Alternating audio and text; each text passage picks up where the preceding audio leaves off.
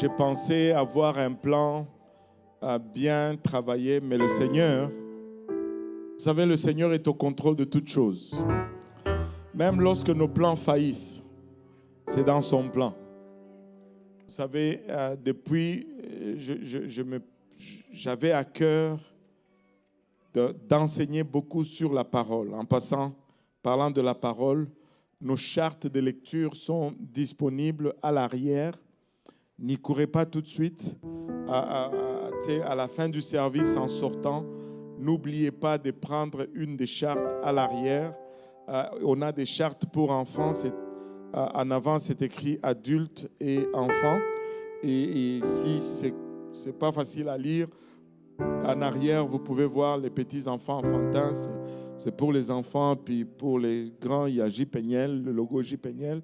C'est une charte qui est déjà conçue pour la lecture de la parole de Dieu dans un an. C'est-à-dire, si vous lisez, vous utilisez cette charte, en suivant chaque jour, vous faites la lecture indiquée, vous allez lire toute la parole de Dieu pour l'année 2025.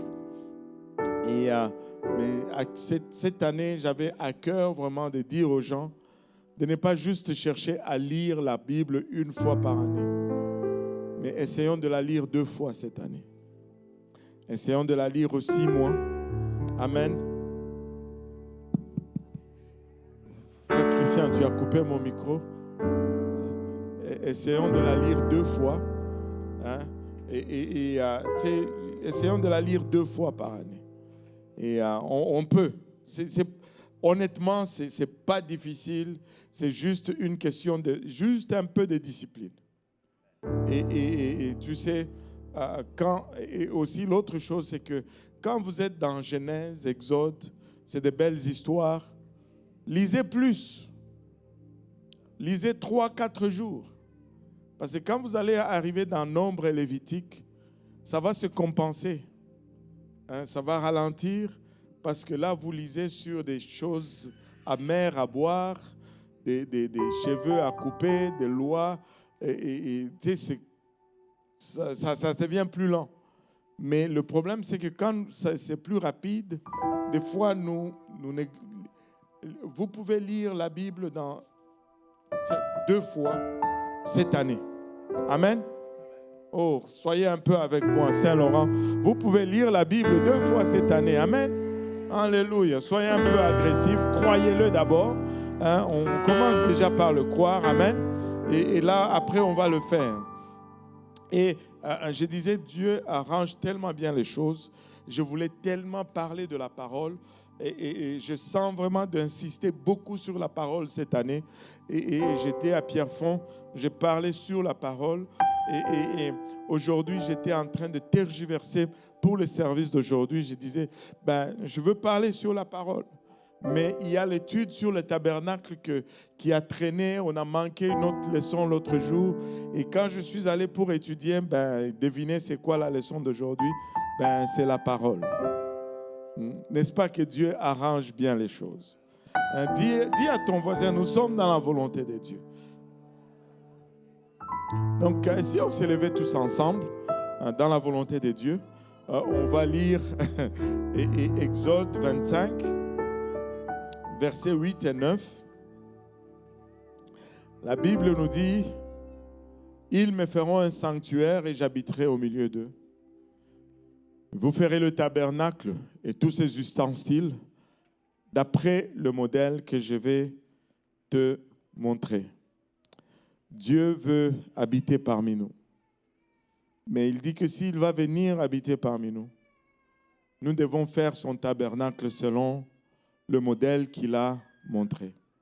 En d'autres termes, Dieu veut venir parmi nous, mais il veut que son appartement soit décoré comme lui, il le veut. Pas comme nous voulons. Très souvent, nous allons dire, c'est moi l'appartement, mais c'est Dieu le résident. Amen. Et nous sommes le temple du Saint-Esprit, n'est-ce pas? Maintenant, depuis quand que vous laissez votre appartement dicter la couleur qu'elle veut? C'est vous qui dictez. Amen. Dieu veut venir habiter parmi nous. mais il veut que ça soit comme lui, il le veut. Prions tous ensemble. Seigneur, nous te sommes encore une fois infiniment reconnaissants de ton amour, de ta bonté, de ta fidélité. Papa, alors que nous venons aujourd'hui pour étudier encore une fois ta parole, nous prions que tu nous aides, Papa. Nous réalisons que nous sommes des hommes charnels, des hommes naturels, et que cette parole est plutôt esprit, et elle semble toujours folie pour nous. Et de nous-mêmes, nous ne pouvons la comprendre. Seigneur, aide-nous à la saisir et à la transmettre sans crainte, ni favoritisme, ni hésitation. Seigneur, Ilabachata, aide-nous, Papa, à résister à toute forme d'intimidation et donne-nous, Papa, de la donner avec assurance et que cette parole germe en nous, qu'elle produise de fruits et que ce fruit nous conduise jusque dans la vie éternelle. Et c'est avec action de grâce dans le cœur que nous te prions ainsi dans le nom précieux de Jésus. Nous disons tous au nom de Jésus. Alléluia. Vous pouvez vous asseoir. Nous avions commencé à étudier le tabernacle et nous avions une vidéo que nous montrions toujours. C'est toujours une bonne illustration. Ça nous donne un visuel. Le tabernacle était constitué de cette cour que les Israélites construisaient dans le désert. Ils dressaient un enclos selon l'ordre de Dieu. Et dans cet enclos, il y avait plusieurs éléments qu'on va visiter aujourd'hui. L'enclos déterminait ce qu'on appelle le parvis. Et il y avait une seule porte. Tu peux... avance encore un peu, oui. Non, tu peux avancer. Voilà, stop. Il y avait une seule porte à l'entrée du parvis. Il n'y en avait pas deux, il n'y en avait pas trois. Ceci nous dit très haut, ceci nous dit à très haute voix qu'il n'y a qu'une seule façon de s'approcher de Dieu. Il n'y a qu'une seule façon de s'approcher de Christ. Il dit lui-même dans sa parole qu'il est le chemin. Il n'est pas un chemin, il est le chemin. Il n'y a pas deux chemins, il n'y a pas trois chemins. Il n'y a qu'un seul chemin qui mène à Dieu. Il est la vie. Il n'y en a pas deux, il n'y en a pas trois. Il est la vérité. Il n'y a pas deux vérités, il n'y a pas trois vérités. Jésus est le chemin, Jésus est la vérité et Jésus est la vie. Hors de lui, il n'y a rien d'autre.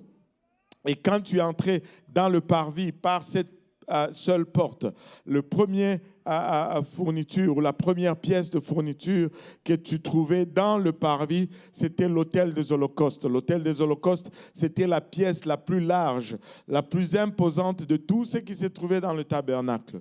Et les dimensions étaient telles que toutes les pièces qu'on va trouver dans les tabernacles pouvaient entrer dans l'autel des holocaustes ou l'autel de sacrifice. Ça indique son importance, ça indique son influence. Tu ne pouvais pas aller dans le tabernacle sans passer par l'autel des holocaustes parce que c'était la toute première pièce que tu voyais. Et elle était large, de sorte que même si tu passais par inadvertance devant le tabernacle et que tu jetais un coup d'œil à l'intérieur, tu n'allais pas manquer de voir l'autel des holocaustes. Pourquoi cela? Parce que l'autel des holocaustes représente la repentance, représente la mort. C'est un lieu de mort. C'est un lieu où on égorgeait les sacrifices. C'est un lieu où le sang était versé. Et c'est le type de notre repentance dans notre marche vers Dieu. Et ceci est en train de nous dire à haute voix que la repentance est une des pièces les plus importantes lorsque nous nous approchons du Seigneur. Et la repentance, notre repentance, va impacter tout ce qui va suivre dans notre marche avec le Seigneur. Si notre repentance est superficielle, notre marche avec Dieu va être aussi superficielle. Si notre repentance est profonde, notre marche avec Dieu va être aussi profonde. La repentance ou le sang qui était versé sur l'autel des holocaustes affectait ou a imbibé toutes les autres pièces par la suite dans le tabernacle. Et nous devons nous repentir sincèrement et notre repentance doit être sincère, doit être profonde et doit être authentique. Sinon, ça ne sert à rien. Quand on avançait un peu plus loin, au-delà de de l'autel des holocaustes, on arrivait à ce qu'on appelait la cuve des reins. La cuve des reins, c'était un lieu de lavage. C'est un lieu où on trouvait de l'eau. Le sacrificateur qui égorgeait à l'autel des holocaustes allait se laver à la cuve des reins.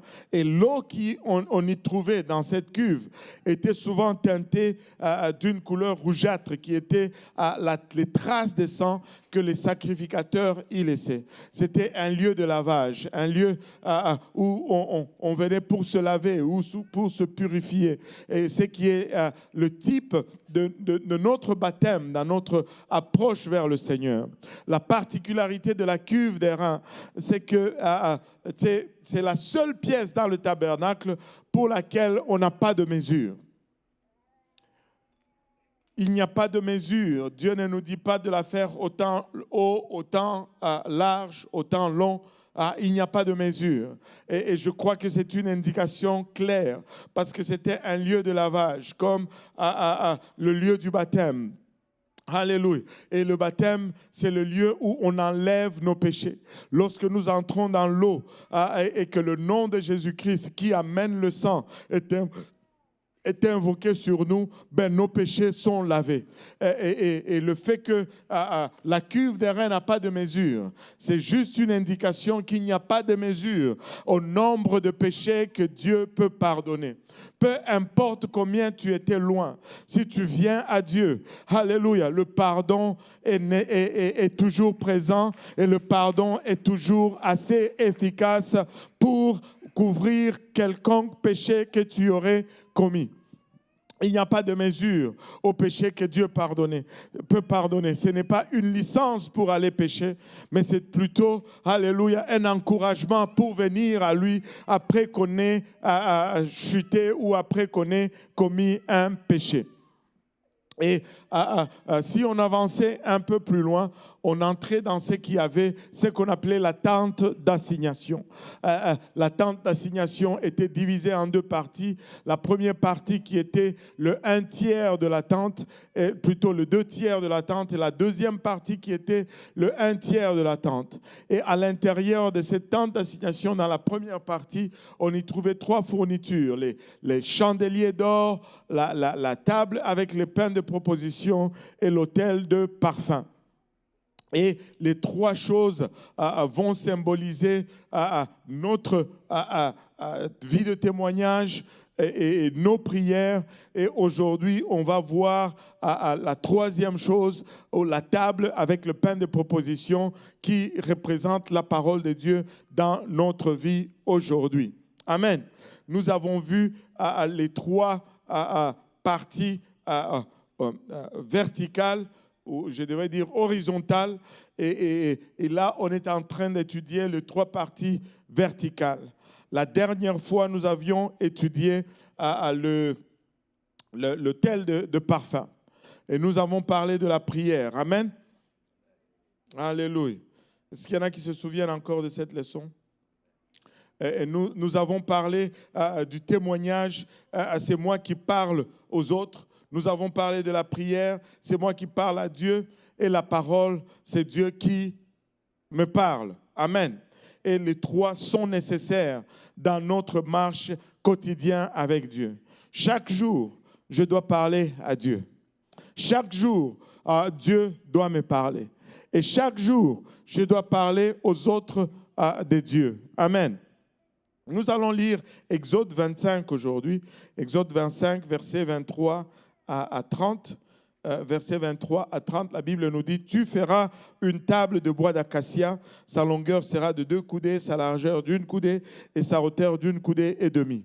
Tu la couvriras d'or pur et tu y feras une bordure d'or tout autour. Tu y feras à l'entour un rebord de 4 doigts sur lesquels tu mettras une bordure d'or tout autour. Tu feras pour la table plutôt 4 anneaux d'or et tu mettras les anneaux aux 4 coins qui seront à ses 4 pieds. Les anneaux seront près du rebord et recevront les barres pour porter la table. Tu feras les barres de bois d'acacia et tu les couvriras d'or et elles serviront à porter la table. Tu feras ces plats, ces coupes, ces calices et ces tasses pour servir aux libations. Tu les feras d'or pur. Tu mettras sur la table les pains de proposition continuellement devant ma face. Et c'est ce qu'on va étudier aujourd'hui. Maintenant, le but principal du chandelier d'or, comme nous l'avons vu, était de donner la lumière, tout comme l'Église, tout comme nous devons être des témoins pour le Seigneur sur cette terre. Et quand nous témoignons, nous sommes en train de parler aux autres de Dieu. Amen. Et quand vous témoignez, parlez de Dieu. Dites ce que Dieu fait et dites ce que Dieu a fait.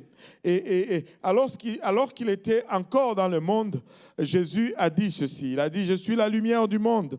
Mais maintenant, il veut que son Église, nous soyons cette lumière dans le monde. Et les chandeliers étaient la seule source de lumière dans les lieux saints. Et tout comme nous qui sommes l'image de Dieu, nous qui sommes l'image du Seigneur Jésus-Christ, nous allons être la seule source de lumière dans ce monde aujourd'hui. Laissez-moi vous dire, les amis, il n'y a pas de salut en aucun autre. Il n'y a pas de salut en aucun autre. Ce monde n'a pas d'autre espoir si ce n'est l'Église. L'Église, c'est vraiment l'idée de Dieu pour épargner ce monde de la destruction. Et la parole signifie, pendant que je suis dans le monde, je suis la lumière du monde. La parole de Dieu me dit dans Jean 9, 5. Nous devons être cette lumière. Regardez Matthieu 5, verset 14 nous dit également, vous êtes la lumière du monde. Vous êtes la lumière du monde. Regarde ton voisin, dis, tu es la lumière du monde. Alléluia. Tu es la lumière du monde. Vous êtes la lumière du monde. Il dit, une ville située sur une montagne ne peut être cachée. Et on n'allume pas une lampe pour la mettre sous le boisseau, mais on la met sur le chandelier. Elle éclaire plutôt tous ceux qui sont dans la maison. Il dit que votre lumière luise ainsi devant les hommes, afin qu'ils voient vos bonnes œuvres et qu'ils glorifient votre Père qui est dans les cieux. Notre lumière doit reluire. Notre chrétienté ne doit pas être un acte secret. Nous ne devons pas vivre pour Dieu en secret. Amen. Nous devons vivre pour Dieu ouvertement. Les gens vont dire, mais Dieu regarde au cœur. Oui, Dieu regarde au cœur. Et Dieu a déjà vu. Et il sait ce qu'il y a dans le cœur. Mais le monde que nous voulons amener à Dieu ne peut pas voir nos cœurs. Le monde ne peut que nous voir nous-mêmes. Alors que notre apparence soit un témoignage pour le Seigneur. Que nos discours soient des témoignages pour le Seigneur. Que notre attitude soit un témoignage pour le Seigneur. Est-ce que je suis vraiment en train d'être un témoin pour Christ par mon attitude? Allô? Oh Seigneur. C'est silencieux aujourd'hui. Je pense que c'est le brouillard qui fait ça. Aujourd'hui, il y a eu beaucoup de brouillard. Je réprime ce brouillard dans le nom de Jésus. Alléluia. Nous devons être la lumière pour ce monde. Même lorsqu'il y a le brouillard, nous devons faire reluire la lumière du Seigneur Jésus. Le monde ne peut le connaître que par nous. Je me rappelle, il y a longtemps, j'étais en train de suivre une étude biblique et la personne qui m'enseignait me disait, je ne veux pas que les gens viennent à l'église pour moi ou à cause de moi. Je veux qu'ils viennent à cause de Jésus. Oui, je comprends ce que tu veux dire. Mais s'ils vont venir, premièrement, c'est à cause de toi. Ou grâce à toi, si je peux le dire. Ne néglige pas le témoignage. Ne néglige pas le témoignage. Tu dois reluire. Il faut que quand les gens te regardent, qu'ils se disent, on veut aller à cette église où cet homme va, où cette fille va. Et c'est ça, être un témoignage pour le Seigneur. Mais le but principal de la table de pain de proposition était de nourrir les sacrificateurs, comme la parole aujourd'hui nourrit et soutient quotidiennement les croyants aujourd'hui. Et vous savez, et très souvent, les gens vont dire, bon, voilà, ça dit c'était pour les sacrificateurs, donc c'est pour les pasteurs. Hein? Vous avez mal étudié votre Bible. Dans l'Ancien Testament, oui, les sacrificateurs étaient une classe à part et le peuple était une classe à part. Mais quand nous venons dans le Nouveau Testament, la parole de Dieu nous dit, nous sommes un sacerdoce royal. Tout le monde est un sacerdoce royal. Nous sommes tous des sacrificateurs. Vous êtes des sacrificateurs pour Dieu. Ce n'est pas juste pour les pasteurs, c'est pour tout le monde, c'est pour vous. Alléluia, c'est pour elle. Nous sommes ce sacerdoce royal. Et c'est ce que le Seigneur voulait faire avec Israël depuis le début. Israël a refusé le sacerdoce. C'est pourquoi Dieu a choisi Moïse et Aaron et leur famille. Mais au départ, Dieu voulait que tout Israël soit des sacrificateurs. On a échoué avec Israël, mais Dieu le réalise aujourd'hui. Nous sommes un sacerdoce royal, un peuple élu. Alléluia. Et c'est pour nous tous. Et ce pain est là comme nourriture pour nous tous. Amen. Pour nous tous. Alléluia. Et vous savez, la parole signifie que Dieu me parle. Et quand nous allons étudier aujourd'hui, notre focus ou notre attention va être non pas sur la table de proposition. Nous avons lu que Dieu demande à Moïse de bâtir cette table de proposition, mais notre attention va se porter plus sur le pain qu'on trouve sur cette table de proposition. Mais très souvent, même dans notre marche, nous allons regarder le pain, mais nous allons oublier la table. Il n'y avait pas de table, il n'y avait pas de pain sans table. La table était là pour présenter le pain. Et très souvent, nous oublions de prier plutôt pour les tables qui portent le pain. Et c'est ça, ce sont là les pasteurs, les prédicateurs, les évangélistes, les missionnaires qui vont dans les pays étrangers pour porter ce pain. Ce sont ces tables-là qui vont amener ce pain à gauche et à droite. Et nous devons prier pour les tables également, même si nous sommes intéressés par le pain qu'il y a sur la table. Et à travers la Bible, il y a plusieurs noms qui sont donnés à ce pain spécial. C'était un pain spécial. Et quand tu regardes dans la tradition juive, on va te dire que ce pain, il devait être frais d'abord tous les jours. Mais quand il y avait des circonstances qui faisaient qu'on n'arrivait pas à changer le pain était gardé chaud miraculeusement. Je ne sais pas si c'est vrai. Je n'irai pas à la banque avec, mais ça me fascine de connaître un peu les intrigues qu'Israël avait à vivre. On mettait le pain le matin et tu venais le soir, tu le touchais, il était chaud et il fumait. Vous savez c'est quoi un pain chaud? Est-ce qu'il y en a chez qui, des fois, on cuit le pain à la maison? C'est quand on cuit le pain à la maison, juste le parfum là, c'est comme Alléluia.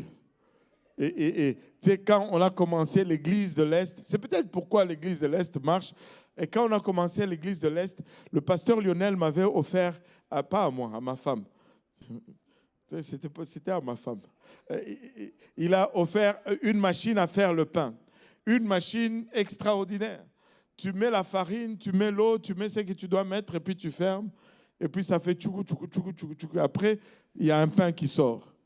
Et à un moment donné, tu vas commencer à sentir le parfum là. Et à chaque mardi, alors qu'on avait nos réunions, la sœur Jolie faisait un pain frais. Et c'était, ça sentait bon dans la maison. Tu sortais ce pain qui était chaud, tu le coupais, tu mettais le beurre par-dessus. Oh, ça se voit que je n'ai pas encore mangé depuis le matin. Tu mettais le beurre dessus, le beurre, il fondait tout seul. Et il s'étalait tout seul. Mais le pain sur la table de proposition était continuellement frais est continuellement chaud. On n'utilisait pas le même pain tous les jours. Et ça a un enseignement pour nous également. Notre pain doit être frais. Et si nous disons que le pain, c'est la parole, nous devons avoir du pain frais tous les jours. C'est-à-dire que nous devons lire la parole de Dieu tous les jours. Je ne peux pas vivre sur la lecture que j'ai fait hier. Je ne peux pas vivre sur la lecture que j'ai fait avant-hier. Aujourd'hui, ça me prend un pain frais, un pain chaud. Alléluia. Je dois aller, alléluia, dans ces lieux secrets où je tourne les pages, où je fais rouler cet écran ou peu importe, mais développer l'habitude de lire les pages. Amen. L'écran, c'est bon, mais ce n'est pas très bon pour les yeux. Ayez des feuilles. Les feuilles, c'est bon. C'est très bon. Donc, lisez-la tous les jours. Il y avait des noms spéciaux donnés à ce pain qui était spécial, placé sur cette table dans le tabernacle. Exode 25, verset 30 nous dit que ça s'appelait le pain de proposition. Lévitique 21 nous dit que ça s'appelait le pain de Dieu. Nombre 87, ça nous dit que ça s'appelait le pain continu. Et le mot hébreu traduit par proposition contient aussi des significations comme ceci: pain de présence, pain de face, pain d'ordre.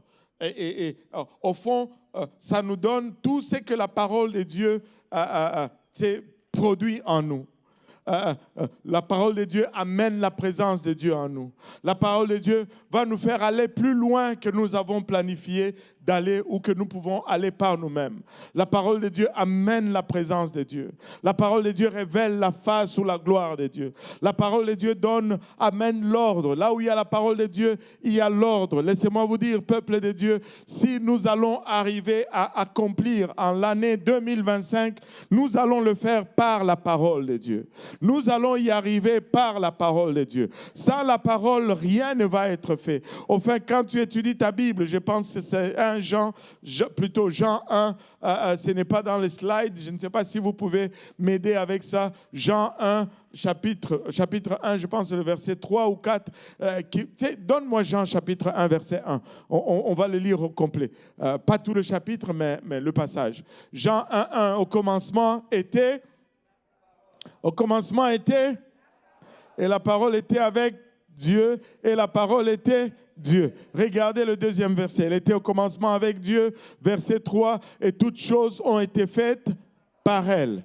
Toutes choses ont été faites par la parole. Si tu vas faire quelque chose, ça va être par la parole. Alléluia. Et rien de ce qui a été fait n'a été fait sans elle. Sans la parole, il n'y a rien. Avec la parole, il y a tout. Si nous allons accomplir, ça va être grâce à la parole de Dieu. Si nous allons faire, ça va être par la parole de Dieu. Par la parole de Dieu.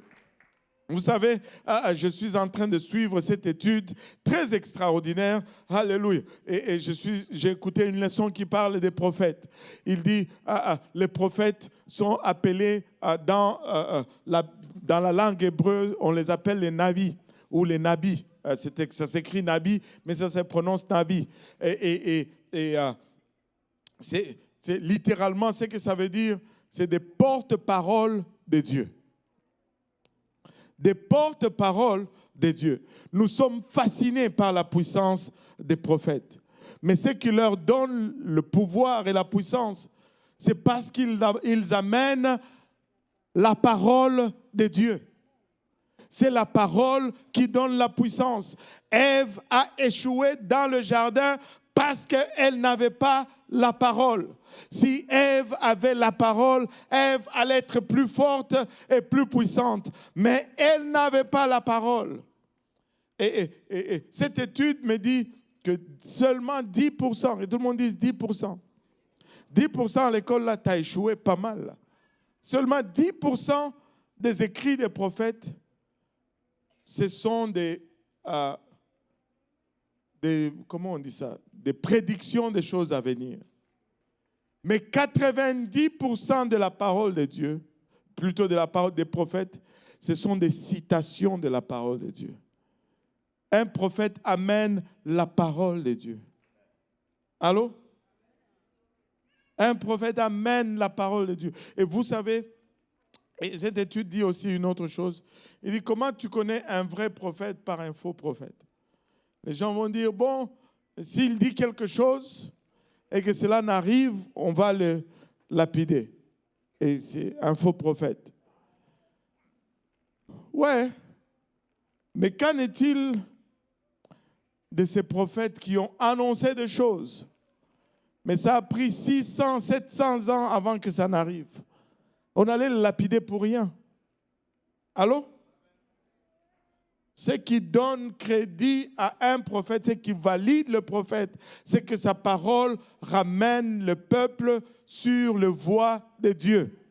Jonas, c'était un faux prophète selon ses standards. Il a dit, dans 3 jours, Ninive sera détruit. 3 jours, poum, Ninive n'était pas détruit et il s'est fâché. Mais il est un vrai prophète parce que sa parole a ramené les gens à la repentance. Tout Ninive s'est repenti au point où Dieu n'a pas eu besoin de détruire la ville. Et c'est ça le travail, alléluia, du prophète. Je vais retourner à la parole. Le pain d'ordre, le pain des propositions était renouvelé chaque sabbat. Et en ce moment, il devait être consommé par les sacrificateurs, mais seulement dans le tabernacle. Il ne devait pas sortir avec. On les remplaçait alors par du pain frais qui était préparé par les Lévites. Et vous savez, dans l'Ancien Testament, il y avait seulement un groupe de personnes, un groupe de sacrificateurs qui pouvaient manger de ce pain. Allô? Mais dans le Nouveau Testament, tous les croyants sont sacrificateurs. Et nous avons tous le droit de manger la parole de Dieu. Regardez Apocalypse 1, verset 6. Apocalypse 1, verset 6 nous dit, et qui a fait de nous un royaume des sacrificateurs pour Dieu son Père. Regarde encore ton voisin, dis-lui, tu es un sacrificateur. Je ne sais pas si ça s'est dit, mais si c'est une fille, tu dis, tu es une sacrificatrice. Est-ce que c'est français? Je ne sais pas. Le français. Non? Bon. On m'avait appris que terre devient triste. Moi, j'applique la loi. Alléluia. Et tu sais, nous sommes tous des sacrificateurs. 2 Pierre, on a fait allusion à cela. 2 Pierre 2,9. Vous, au contraire, vous êtes une race élue, un sacerdoce royal, une nation sainte, un peuple acquis, afin que vous annonciez les vertus de celui qui vous a appelé des ténèbres à son admirable lumière. Et, alléluia. Et si nous entrions dans le tabernacle, il y avait 12 pains sur la table de pain de proposition. Un pain pour chaque tribu d'Israël. Et le nombre 12 est le nombre vraiment qu'on va voir comme étant le nombre de gouvernement de Dieu dans les Écritures. Et c'est à travers les 12 disciples que Jésus a distribué le pain qui s'est reproduit miraculeusement alors qu'il était sur terre. Aujourd'hui, l'Église se nourrit encore, alléluia, de la révélation du pain donné aux apôtres. Il y a eu des paniers qui ont été remplis par la suite. Regardez ceci. Matthieu 15. Matthieu 15, verset 36. Il prit les 7 pains et le poisson, et après avoir rendu grâce, il les rompit et les donna à ses disciples, qui les distribuèrent à la foule. Les disciples distribuaient le pain à la foule. Mais aujourd'hui, nous sommes participants de ce repas encore aujourd'hui. Et 1 Corinthiens 10, verset 17 nous dit, puisqu'il y a un seul pain, nous qui sommes plusieurs, nous formons un seul corps, car nous participons tous à un même pain. Nous participons tous à un même pain. Alléluia. Mais nous devons manger ce pain quotidiennement et ce pain doit être frais à tous les jours. Le pain, c'est la parole. Et la parole, c'est Jésus. Regardez le livre de Jean, le 6e chapitre, le verset 51. Il nous dit, Jésus qui parle, il dit, « Je suis le pain vivant qui est descendu du ciel. Si quelqu'un mange de ce pain, il vivra éternellement. Et le pain que je donnerai, c'est ma chair que je donnerai pour la vie du monde. » Et quand il avait dit cela, plusieurs l'ont abandonné parce qu'ils ont trouvé que c'était une doctrine très dure. Mais laissez-moi vous dire, hors de Jésus-Christ, il n'y a pas de vie. Et il est le pain de vie. Il est le pain qui nous soutient jour après jour. Il est, alléluia, notre pain d'ordre. Il est, alléluia, il est notre pain. Et regardez, Jean 1, verset 14. Et la parole a été faite chair. La parole a été faite chair. Alléluia. Jésus, qui est la parole, s'est fait chair. Alléluia. Il est le pain que nous devons manger. Avez-vous remarqué ceci? On dit souvent, ce que tu manges, est-ce qu'il y a quelqu'un qui peut compléter ce dicton? Ce que tu manges, c'est ce que tu deviens ou tu vas être. Ce que tu manges, c'est ce que tu deviens. Amen. Ce que tu manges, c'est ce que tu... Alléluia. Ce que tu manges de la malbouffe, ta santé, tu vas avoir une malsanté. Amen. Tu manges la bonne nourriture, tu vas avoir une bonne santé. Et aussi, cela est vrai naturellement. Cela est vrai aussi spirituellement. Allô? C'est pourquoi moi, je mange à la maison. Et vous savez, j'ai été critiqué beaucoup quand je disais cela. Quand j'ai dit cela. Mais ça m'est égal. Ça ne me dérange pas du tout. Je vais le redire encore. Je mange à la maison. Je n'écoute rien d'autre si ce n'est pas UPC Approve. Je n'écoute rien. Je mange à la maison. Vous pouvez avoir votre opinion, mais je ne veux pas manger chez McDo. Je veux manger ce que mes parents préparent. Je mange ce qu'on offre à la maison. Alléluia. Vous pouvez aller chez McDo si vous voulez, mais moi je mange à la maison. Je vais manger à la maison. Je ne mange pas à gauche, je ne mange pas à droite. Et nous, quand on a grandi, tu manges chez les voisins, on te tape. Qui a grandi comme ça là? Hein? Allô? Oh, tu ne pouvais pas juste aller manger chez les voisins. Peu importe comment ils avaient cuisiné, quand ils mettaient la nourriture à table, tu partais. Tu dis, je rentre à la maison. Parce que tu sais que si tu restes là, tu vas céder. Frère Roche, tu te rappelles, non?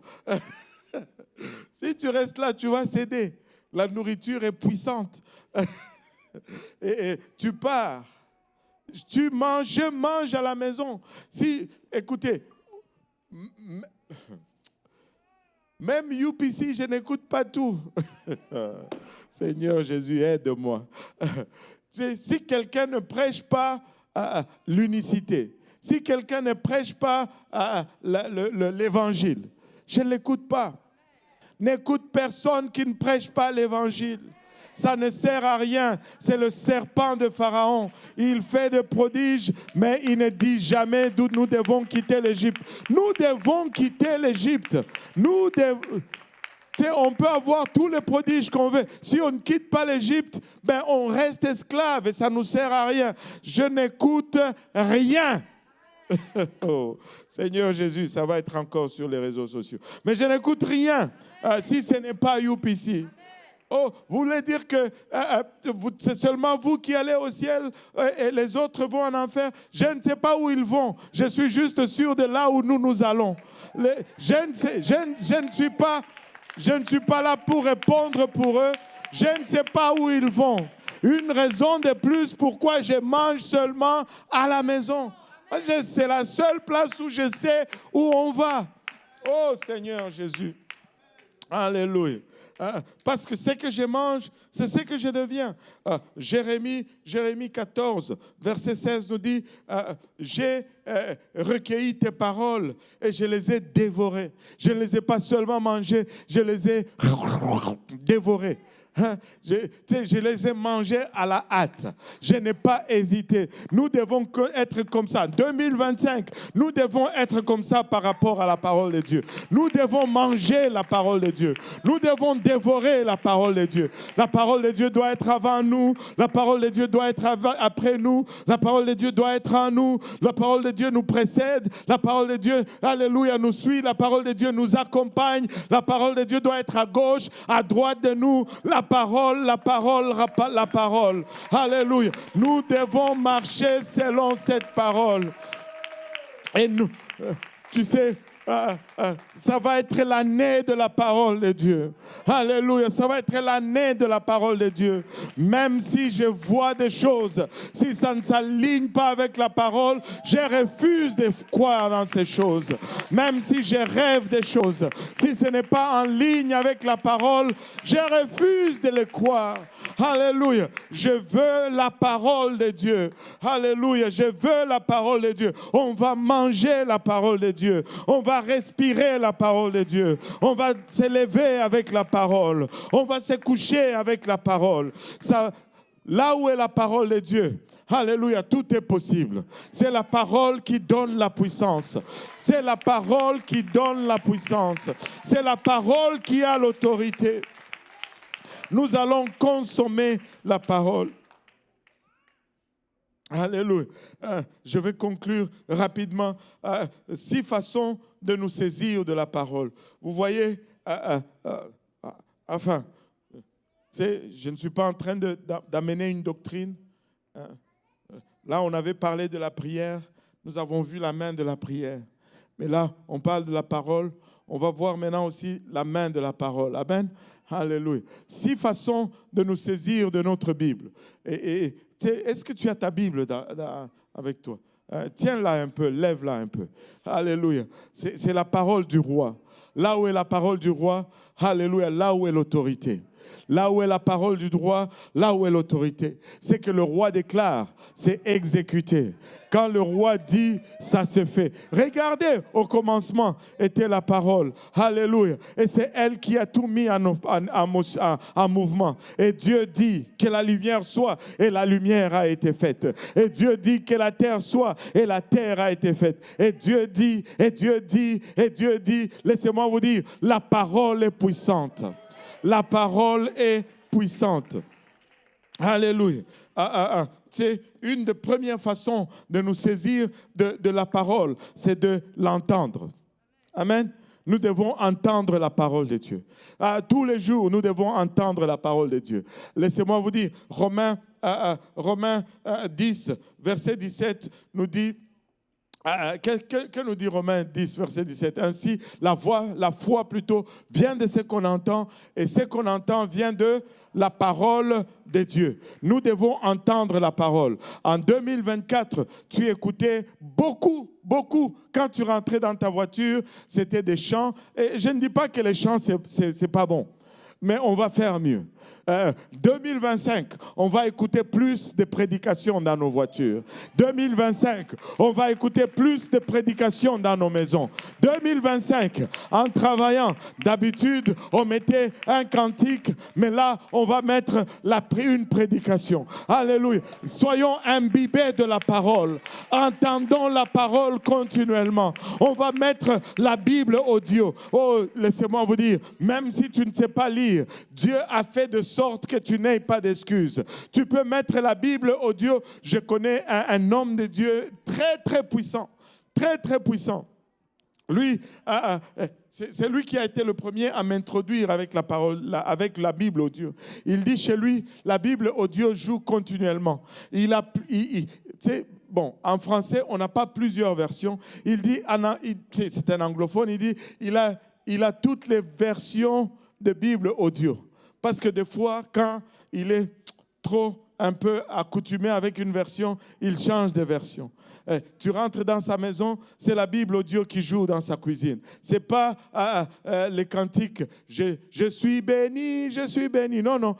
Vous savez, c'est ça le problème avec les chants. Parce que des fois, on ne chante pas pour Dieu, on chante pour soi-même. Allô? C'est facile des fois de taper à côté parce qu'on chante, on se sent bien. Je suis béni. Oh, je suis béni. Et tous les jours. Mais il est où Dieu là-dedans? Mais quand on met la parole, oh, c'est Dieu. On va écouter les prédications, on va entendre la parole. Alléluia. On va approcher cela avec une bonne attitude. On va enlever de nos cœurs toute attitude qui entrave. Alléluia. On va prendre des notes. Quand la parole est prêchée, on va l'écrire. Alléluia. Quand Dieu nous donne quelque chose, on va l'écrire. Ayez l'habitude d'écrire. J'ai parlé à un autre ami, un ancien, vraiment quelqu'un qui m'a beaucoup impacté. Et on prenait quelques engagements, des choses qu'on doit faire en 2025. Il me dit, prends ton stylo, écris-le.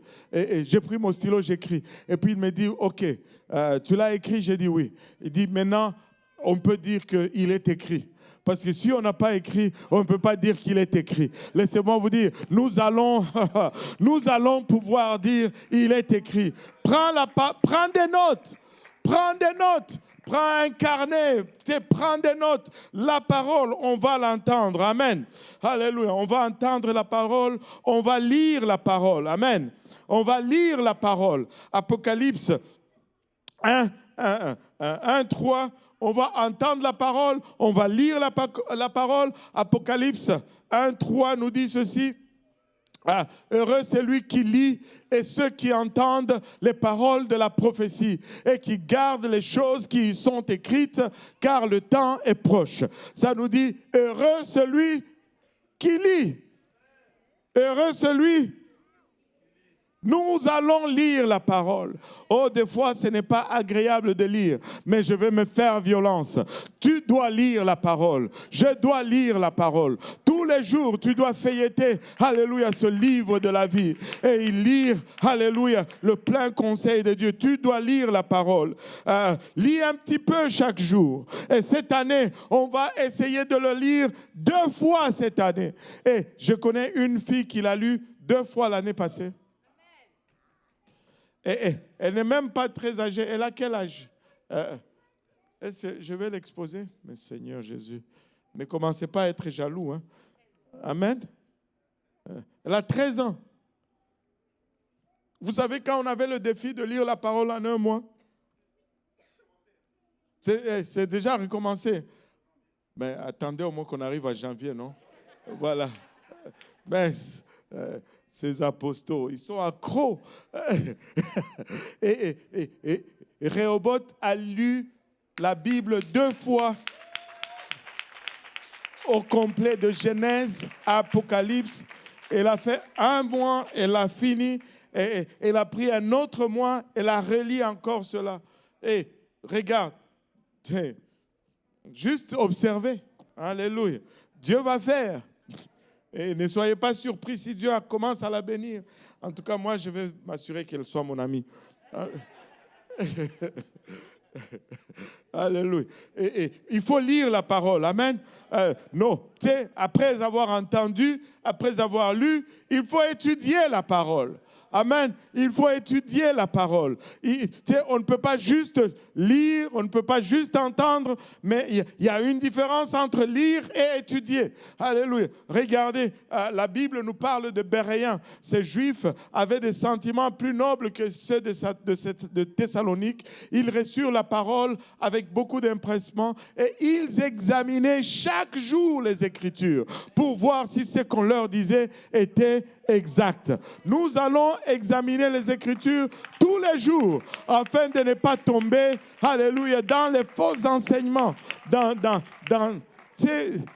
Les gens vont dire n'importe quoi. Mais si nous étudions tous les jours, nous allons voir l'exactitude de la parole. Il y a une différence à lire et étudier, c'est différent. Tu t'arrêtes sur un passage, tu creuses, tu regardes en avant, tu regardes en arrière, tu vas regarder le contexte historique. Et le contexte historique est très important pour comprendre ce que l'auteur voulait en dire exactement et qu'est-ce que l'auteur était en train d'adresser exactement. Tu sais, tu étudies l'étymologie de mots. Qu'est-ce que le mot signifie, la racine du mot. Aujourd'hui, nous avons des outils tellement multiples. Tu sais, tu peux aller chercher la signification du mot grec sans avoir jamais été à l'école étudier en grec. Et après, tout le monde va penser que tu es très intelligent. Alléluia. Et compare les versets sur différents sujets. Utilise des études historiques, des études de l'époque. Regarde différentes versions. Regarde différentes versions. Regarde les mots-clés dans le verset. C'est quoi le mot-clé? Creuse. Et c'est comme ça que tu assimiles la parole de Dieu.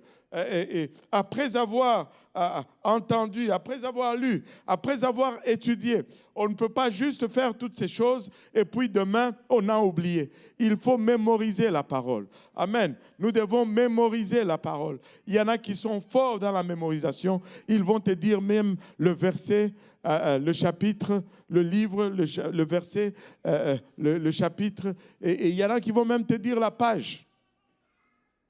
Allô? Et il y en a qui vont même te dire la page.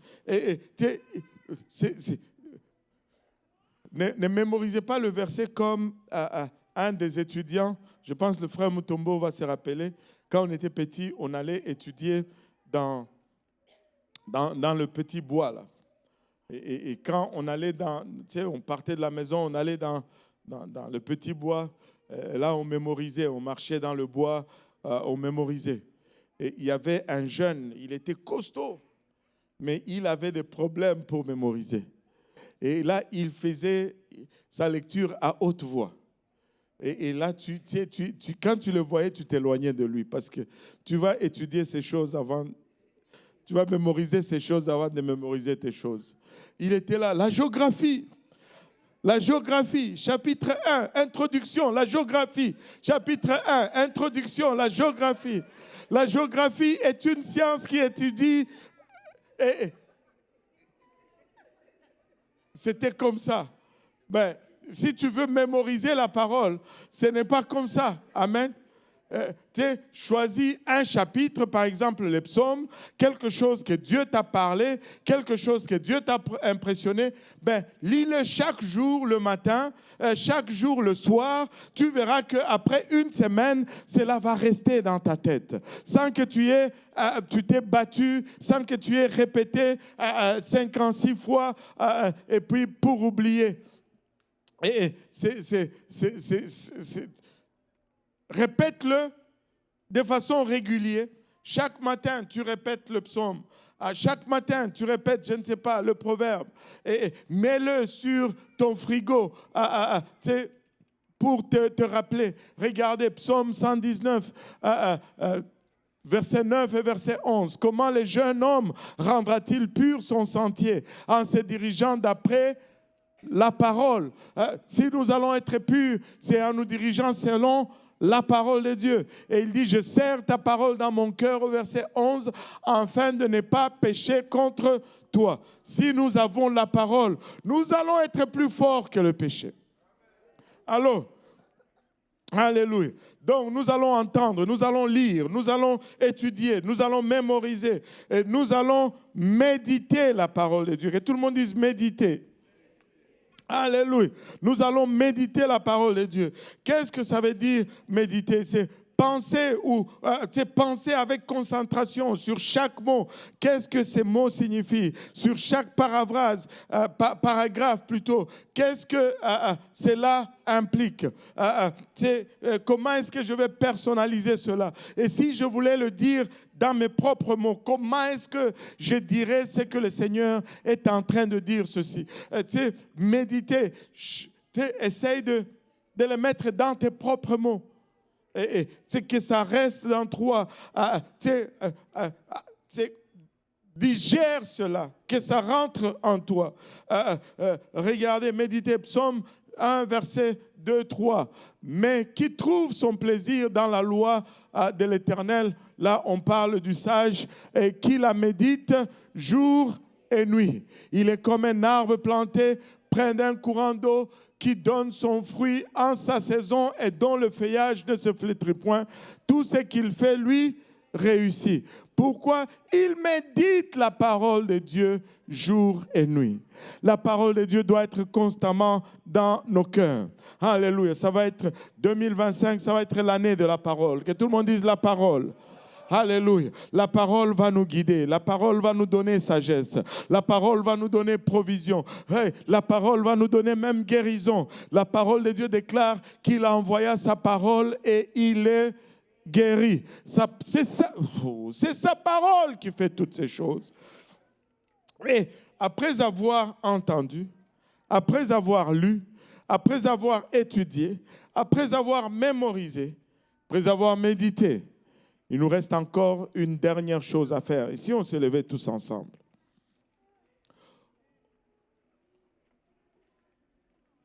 Tout ceci ne nous servirait de rien si nous n'appliquons pas la parole. La dernière chose à faire, c'est que nous devons appliquer la parole. Nous devons appliquer la parole. Nous devons la mettre en pratique. Alléluia. Jacques 1, verset 22 nous dit, mettez en pratique la parole et ne vous bornez pas à l'écouter, en vous trompant vous-même par de faux raisonnements. Des fois, on réfléchit plus qu'on met en application. C'est bon de méditer sur la parole, mais au final, là, il faut qu'on la mette en pratique. Si on ne la met pas en pratique, tout ce qu'on a fait là, ça nous servirait de rien. Alléluia. Qu'est-ce que ça veut dire vraiment mettre en pratique? Ça veut dire trouver le principe impérissable. Le principe, il faut actualiser la parole de Dieu. Il faut qu'elle devienne actuelle, que ça ne soit pas des histoires qu'on lit qui se sont passées dans le passé. Non, c'est réel, c'est là. Nous devons la vivre. La parole de Dieu est pleine de principes. Et la lire, la mémoriser, sans déterminer les principes et mettre ces principes en application serait une perte de temps. Nous devons trouver les principes, prier pour les promesses que nous avons trouvées, et prier pour ce qu'elle déclare, que ce soit déclaré dans nos vies. Nous devons mettre cela en pratique. Et quand tu maries maintenant la parole à la prière, rien ne peut nous arrêter. Église, rien ne va nous arrêter en 2025. Alléluia, rien ne va nous arrêter. Alléluia. Qui sont prêts à s'engager pour la parole? Si vous êtes prêts à vous engager pour la parole, je vais vous demander de venir à l'avant. Les hommes à ma gauche, les dames à ma droite, nous allons prendre des engagements. Amen. Alléluia. Je veux lire cette parole. Je veux entendre cette parole. Je veux faire un effort. Je ne dis pas qu'il ne faut plus écouter la louange. Oh, vous pouvez écouter la louange, mais prenez le temps, alléluia, d'écouter les enseignements. Prenez le temps d'écouter les prédications. Laissez la parole de Dieu imprégner vos vies. Laissez la parole de Dieu imprégner votre quotidien. Laissez la parole de Dieu imprégner votre maison, votre voiture. Alléluia. Que ceux qu'on y entende soit la parole de Dieu jour après jour, après jour, après jour. Alléluia. Parce que là où est la parole de Dieu, là où est la parole de Dieu, alléluia, là où est la parole de Dieu, alléluia, là où est la parole de Dieu, là où est la parole de Dieu, je ne vous entends pas, vous êtes des pentecôtistes ou pas? Là où est la parole de Dieu, là où est la parole de Dieu, là où est la parole de Dieu, ce n'est pas du tout puissant ce que vous m'offrez là. Là où est la parole de Dieu, oh Seigneur Jésus, aide-nous. Là où est la parole de Dieu. Alléluia. Nous voulons la parole de Dieu. Alléluia. Nous allons avoir la parole de Dieu. Nous allons être imprégnés de la parole de Dieu. Nous allons imbiber dans la parole de Dieu. Nous allons dormir avec la parole de Dieu. Nous allons nous réveiller avec la parole de Dieu. Nous allons rêver la parole de Dieu. Alléluia. Alléluia. La parole de Dieu est puissante. Elle est puissante, elle transforme tout, elle change tout, elle crée tout, elle amène à l'existence les choses qui n'existent pas. Saisis-toi de la parole de Dieu. Quand tu la laisses prononcer sur toi, elle te change, elle te transforme. Quand tu la laisses imbiber ton environnement, elle change ton environnement. Alléluia. Au commencement était la parole, cette parole puissante, cette parole tranchante, plus tranchant qu'une épée à double tranchant. La parole ne change pas, elle est le même.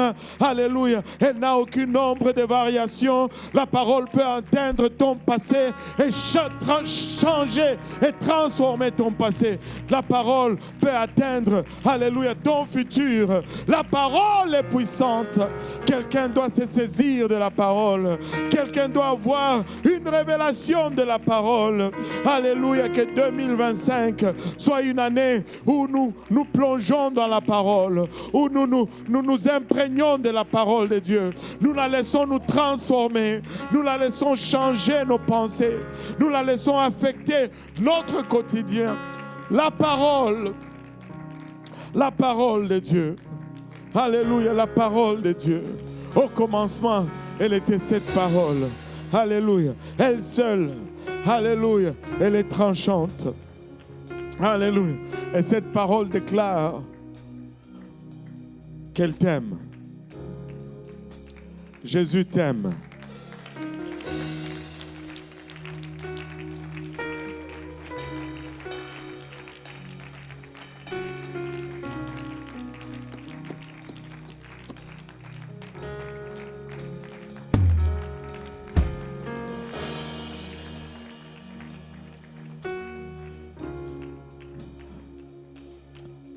Je veux le dire juste directement. Si tu es là aujourd'hui et que tu n'es pas encore baptisé au nom de Jésus, tu peux mettre cette parole en application dans ta vie. Tu peux te faire baptiser au nom de Jésus. Si tu es là aujourd'hui et que tu n'as pas encore été rempli du Saint-Esprit, tu peux mettre cela en application aujourd'hui également. Dieu peut te remplir du Saint-Esprit. Mais la parole est là pour te conduire, pour t'aider. Mais il faut que tu la mettes en application. Amen. Alléluia. Que Dieu nous aide en 2025. Alléluia. Que Dieu nous aide en 2025 à absorber la parole. Que Dieu nous aide en 2025 à dévorer cette parole. Tu vas dévorer la parole. Alléluia. Tu dois dévorer la parole. Dieu a un plan pour toi, ma soeur. Oh, alléluia.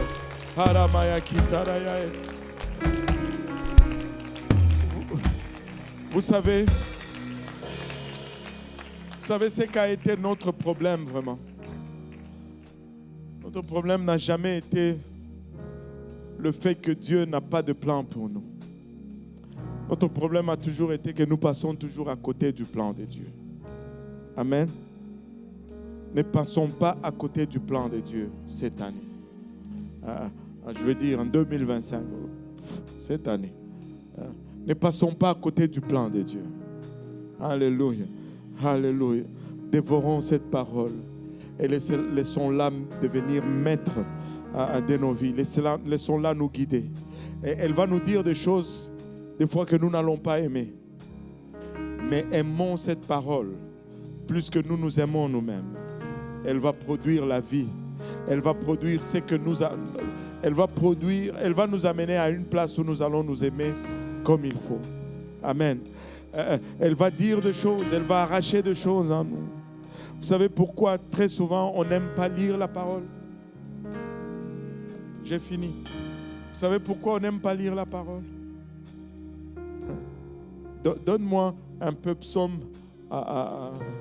12, versets 7 et 8. Psaume 12, donne-moi verset 6. Ça, c'est l'alignement anglophone. Donne-moi il dit, les paroles de l'Éternel sont des paroles pures. Un argent éprouvé, sur terre creusée, et 7 fois épuré. Et qu'est-ce qu'il est en train de faire là? Il est en train d'égaler la parole de Dieu avec un processus de purification de l'argent qu'on faisait dans le temps. Quand on avait le métal argent qui n'était pas pur, il y avait d'autres choses à l'intérieur, on les chauffait dans des vases de terre et on les chauffait 7 fois. On chauffe une première fois, ça arrive à ébullition, les impuretés montent à la surface quand on les laisse refroidir. On enlève les impuretés, on chauffe encore et les impuretés montent encore. Et à la 7e fois quand on fait ça, il n'y a plus d'impureté dans ce métal. Et quand on le laisse refroidir, l'argent se solidifie et la couche de la surface est tellement lisse et réfléchie, elle devient réfléchissante, que quand tu te regardes dans cet argent, tu te vois. Et il dit que c'est ça la parole de Dieu. Quand tu te regardes dans la parole de Dieu, quand tu vas lire la parole de Dieu, tu te vois là-dedans. Et si nous allons être honnêtes, nous tous ici, nous n'aimons pas ce que nous voyons là-dedans. Parce que tous nos défauts sont mis à la surface. Et là, nous faisons une erreur. Au lieu de continuer à lire, en essayant de changer, tu ne peux pas changer le miroir. Le miroir ne te donne que le rendu de ce que tu lui présentes. Il faut que tu changes ce que tu lui présentes. Si tu veux voir l'image, une meilleure image réfléchie dans ce miroir. Et les gens vont fuir la parole de Dieu parce qu'ils se voient là-dedans et ils n'aiment pas ce qu'ils voient. Et ils vont dire, ah non. Mais non, continue de regarder. Et parce que cette parole qui te montre ce qu'il faut changer, elle va t'aider à changer ce qu'il faut changer. Et tu vas arriver à cette place. Alléluia. Tu vas arriver à cette place où quand tu vas mettre la parole de Dieu, tu vas voir que... tu sais, le but de la parole de Dieu, c'est de nous transformer à l'image de Christ. Et tu vas arriver à cette place lorsque tu vas mettre cette parole. C'est que tu vas voir ce Christ. C'est là que tu seras satisfait. C'est là que tu vas commencer à aimer l'image que tu vois. La parole cette année. Amen. Prenons un engagement sincère. Alléluia. Dans le secret, je vais lire la parole de Dieu. Dans le secret, je ne veux pas passer du temps sur YouTube. Dans le secret, je vais lire la parole de Dieu. Si je vais sur YouTube, ça va être pour aller chercher Johnny James ou quelque chose comme ça. Amen. Ou Brian Kenzie ou comment il s'appelle? Mike Williams. C'est ça que je vais aller chercher sur YouTube. Mais soyons des gens de la parole cette année. Soyons des gens de la parole. Alléluia. Que le Seigneur vous bénisse. Que le Seigneur tourne sa face vers vous. Qu'il vous prospère à tous égards, qu'il vous garde au courant de cette journée, au courant de cette semaine, jusqu'à ce que nous allons revenir nous rencontrer encore une fois. Serrez la main de votre voisin, dites-lui, nous allons être des gens de la parole.